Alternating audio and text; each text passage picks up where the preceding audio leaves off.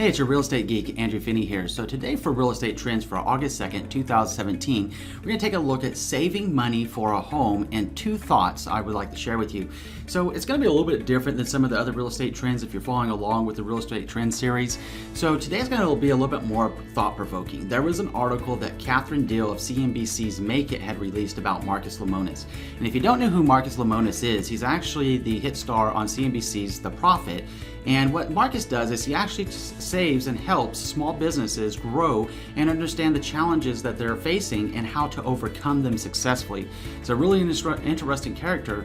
And let me tell you this, I'm actually not big on reality shows. I actually loathe most of them. But Marcus Lemonis' show about the profit and helping small businesses is actually so inspiring. And there's two things that he mentioned recently in Catherine Deal's article titled Marcus Lemonis, These Are Two Essential Reasons You Should Buy a Home.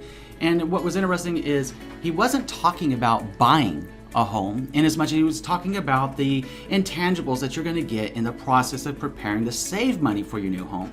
And what he mentioned that I thought that you may really enjoy here is the attention to budgeting. What you're going to learn from the attention to budgeting out and planning to buy your new home as you're talking with that local real estate consultant, that local loan officer, and figuring out everything you need to accomplish to get ready to actually go look at a home, shop for your new home, and actually buy your new home. You're going to plan your budget. And in planning your budget, most Americans can have some difficulty about this. I know that all of us struggle with this at some point, and budgeting appropriately. Well, what you're going to learn in budgeting and saving up for that down payment is that you can do it.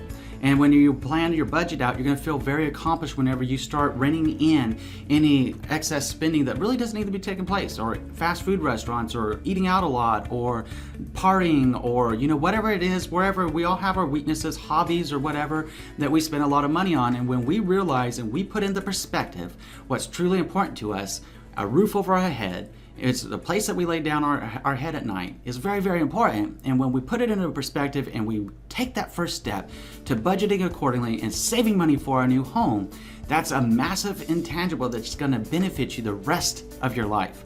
So to think about that and just take a few moments and really consider how budgeting and planning out everything that you do right now, how that's really going to affect you. Taking a look and actually examining your financial position and how to save up that 3.5% or 5% or 10% down payment that you're working on for a home.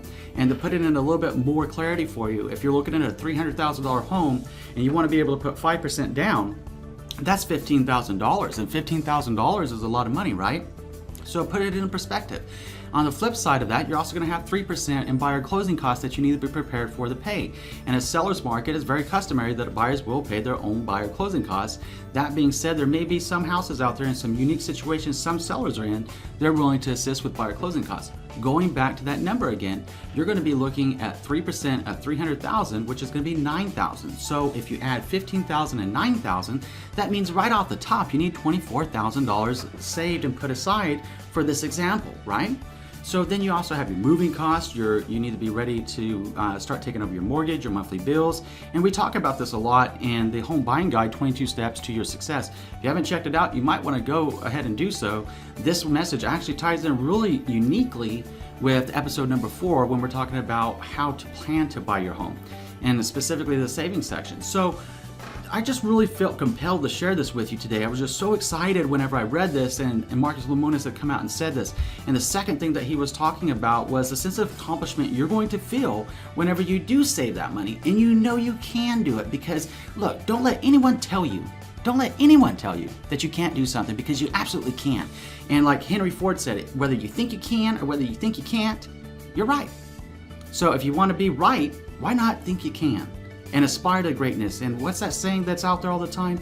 If you shoot for the moon and you miss, you're still going to land amongst the stars. That can be you. That can be you today. That can be you a year from now. That can be you whenever you decide to take that all too important first step and make it happen and realize your dreams today. So that's been Real Estate Trends for August 2nd, 2017. If you like this, please give me a thumbs up. Tell me what you're thinking about all this in the link below, or in the comment section below. And by all means, please share this around. You never know who it's going to help. Looking forward to chatting with you again tomorrow for Real Estate Trends for August 3rd. Enjoy an amazing day.